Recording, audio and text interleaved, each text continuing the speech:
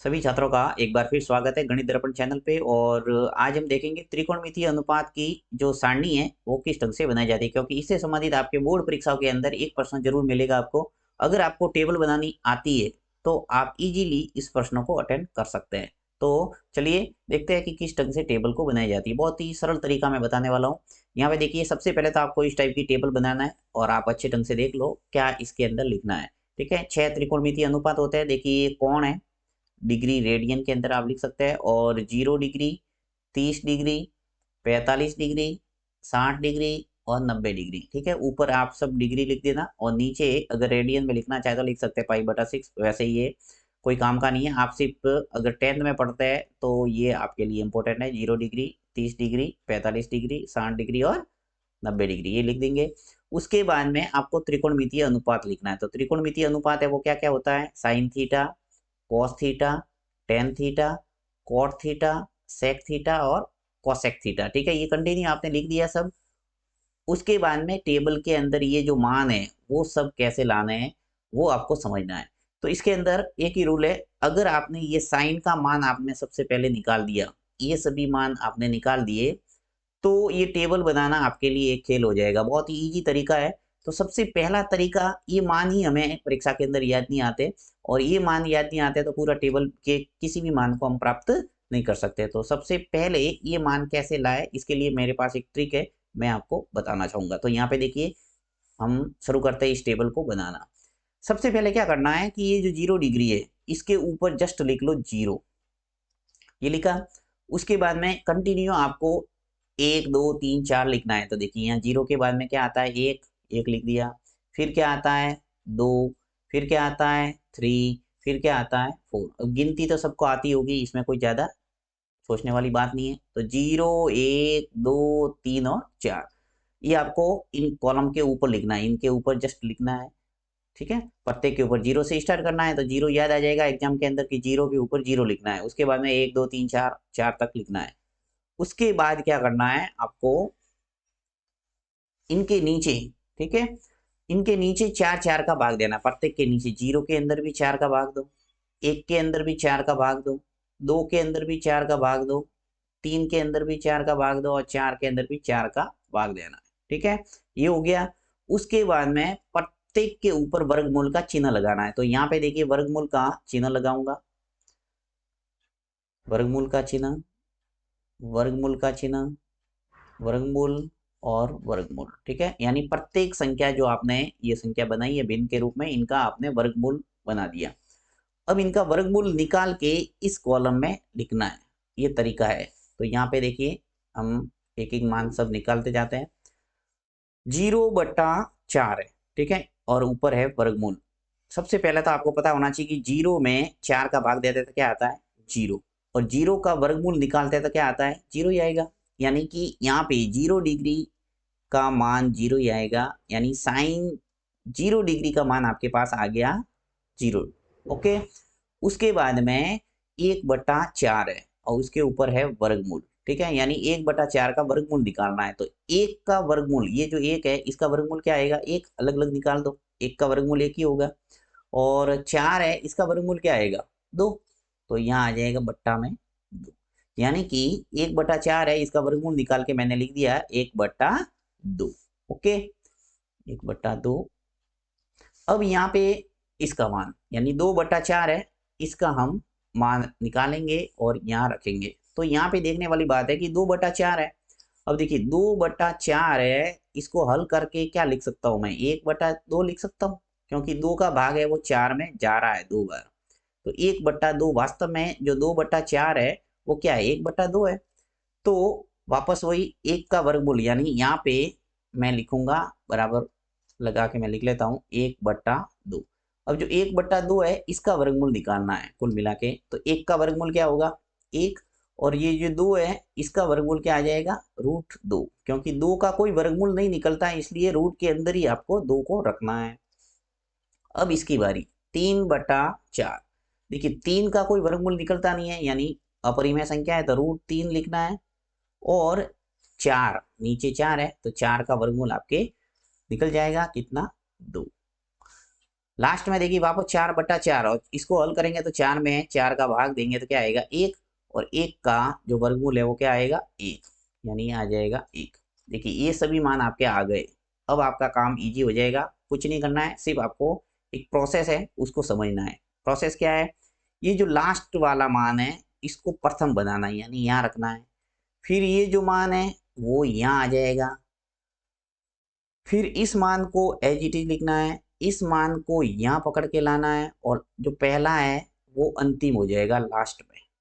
ठीक है, ये प्रोसेस हम करेंगे यहाँ पे। तो हटा देता हूँ इन सभी लाइनों को वापस मैं, और करता हूँ मैं स्टार्ट। ये जो फर्स्ट मान है देखिए 1 है, ये आ जाएगा आगे कॉस में 0 के नीचे। उसके बाद में ये जो √3/2 है ये आ जाएगा यहाँ पे √3/2। उसके बाद में 1/√2 है, ये ऐसा कैसा आ जाएगा 1/√2। उसके बाद में ये जो 1/2 है इसको लेके जाना है यहाँ पे 1/2, और जो 0 है यानी जो प्रथम वाला था वो अंतिम हो जाएगा, लास्ट में चला जाएगा ये 0। ठीक है, यानी कि हमारे दो मान आ गए, एक तो साइन का मान आ गया, एक कॉस का मान आ गया। अब बारी है टेन की।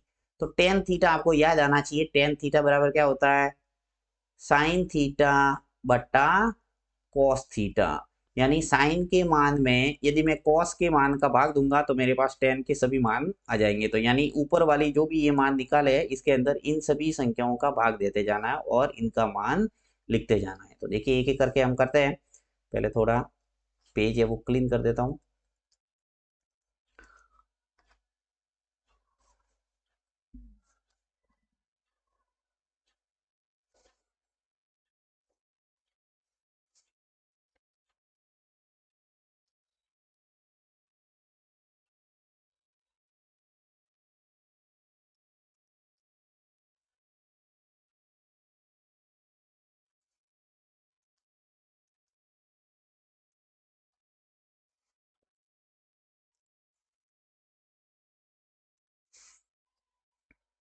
तो देखिए यहाँ पे 0 के अंदर 1 का भाग देंगे, यानी 0 में 1 का भाग देंगे तो क्या आएगा 0। यानी किसी भी संख्या का 0 में भाग देते तो क्या आता है 0।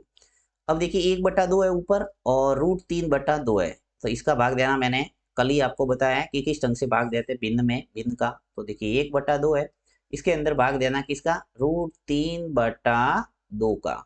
तो इसको सरल करेंगे तो क्या आएगा 1/2, फिर इंटू नीचे वाली संख्या को क्या करना है गुणा में लिखना है। तो 2 आ जाएगा ऊपर और √3 आ जाएगा नीचे, यानी 2 से 2 है वो कैंसिल हो गया, तो क्या बचा 1/√3। तो यहाँ लिखूंगा 1/√3। ओके, उसके बाद में देखिए वापस 1/√2 और 1/√2 है, सेम संख्या का जब भाग देता है तो क्या आता है हमेशा 1। यहाँ पे देखिए √3/2 है और यहाँ है 1/2, यानी √3/2 के अंदर भाग किसका देना है 1/2 का, यानी इस ऊपर वाले मान में नीचे वाले मान का भाग देना है। भाग क्यों दे रहा है, क्योंकि टेन थीटा का हम मान निकाल रहे हैं, और टेन थीटा बराबर क्या होता है साइन बटा कॉस, यानी साइन बटा कॉस, तो साइन ऊपर है कॉस नीचे है, साइन के मान में कॉस का भाग देना है।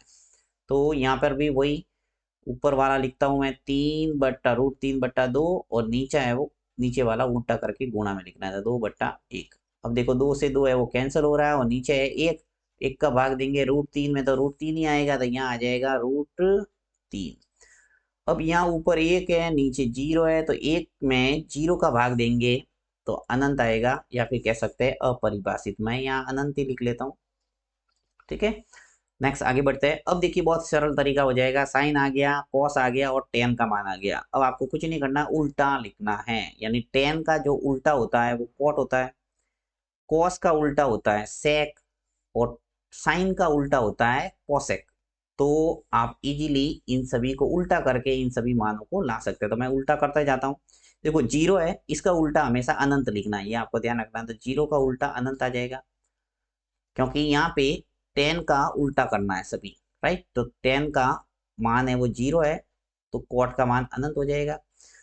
नेक्स्ट 1/√3 है, ये सब मान देखना है 10 वाला, इनको उल्टे करते जाना, बाकी कोई नहीं देखना। ये ऊपर वाला मान आपको नहीं देखना है, ये सिर्फ 10 का मान हम उल्टा करते जाएंगे और कॉट का मान प्राप्त करेंगे। तो 10 का जो 30 का मान है वो क्या है, 1/√3। तो इसको उल्टा कर देंगे तो क्या आ जाएगा, √3/1। तो नीचे 1 लिखने से मतलब नहीं, 1 का उल्टा 1 ही होता है, आप 1 लिख लो। √3 है, इसको उल्टा करेंगे तो 1/√3 आ जाएगा। और अनंत का उल्टा 0 होता है, ये आपको ध्यान रखना है। यानी कॉट का मान आ गया। अब हम निकालेंगे सेक का मान। तो सेक का मान लाने के लिए आपको क्या करना पड़ेगा, इस कॉस के मान को उल्टा करना है। कॉस के सभी मान है ये, इन सभी मानों को क्या करेंगे हम, उल्टा। तो उल्टा करते जाते हैं और सभी सेक के मान प्राप्त करते हैं। तो यहाँ मैं सेक का 0 डिग्री का मान लिखूंगा तो 1 का उल्टा यहाँ पे 1 है, इस 1 का उल्टा क्या होगा, 1। फिर √3/2 है, इसका उल्टा क्या हो जाएगा, 2/√3। 1/√2 है, इसका उल्टा क्या हो जाएगा, √2। नीचे अगर 1 आता है तो वो लिखना नहीं है। 1/2 है, इसका उल्टा क्या आ जाएगा, 2। और 0 का उल्टा अनंत। यानी सेक का भी काम हो गया। अब बात आती है अंतिम कोसेक थीटा की। तो कोसेक थीटा किसका उल्टा होता है, साइन थीटा का। तो साइन थीटा के सभी मान है वो उल्टे करने हैं। 0 का उल्टा क्या होता है, अनंत। 1/2 है, इसका उल्टा क्या हो जाएगा, 2। 1/√2 है, इसका उल्टा हो जाएगा √2। और √3/2 है, इसका उल्टा हो जाएगा 2/√3। और 1 का उल्टा 1 ही होता है। यानी कि पूरी टेबल है वो बन के आपके तैयार हो गई। आप इजीली किसी भी मान को प्राप्त कर सकते हैं। जैसे कि अब इसको पढ़ना कैसे है वो भी तरीका थोड़ा बता देता हूँ। देखिए साइन, जैसे आपको मान पूछा है कि साइन 60 डिग्री का मान कितना है, तो साइन 60 में जाना है। यहाँ पे सीधा जाएंगे, साइन है और साइन 60 का मान कितना, देखिए साइन 60 है वो कहाँ है, ये रहा, ठीक है। और साइन 60 के मान में सीधा ये पकड़ेंगे और ये मान आ जाएगा √3/2 साइन 60 का मान।